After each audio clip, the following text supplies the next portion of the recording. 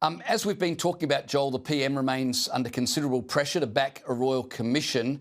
I wanted to ask you, how angry is the Jewish community that the PM has resisted calls for a royal commission? And if he backflips, will he deserve any credit?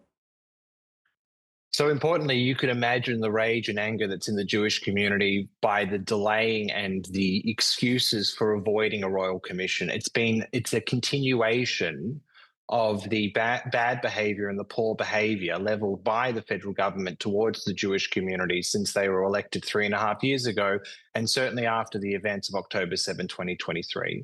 So the Prime Minister's delay in addressing the Jewish community after the massacre, his delay in coming back to Melbourne after the Adass synagogue burnt down, all these delays, the inability of him or his staff to request to attend the Jewish victims' funerals or to actually see Jewish victims in hospital. So his delay on the Royal Commission is just a continuation of what appears to be a very acute Jewish problem inside the Australian Labor Party.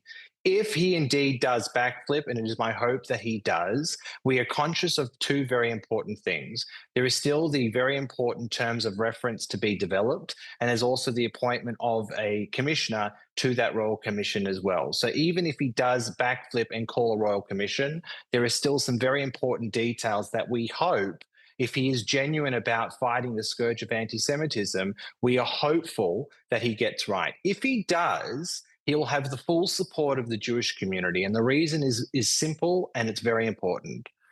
As resilient as we are and as strong as we are and as proud Australians as we are, there is a lingering question amongst all of us that we talk about at our Sabbath table, and that is whether or not there is a future for Australian Jews in this country.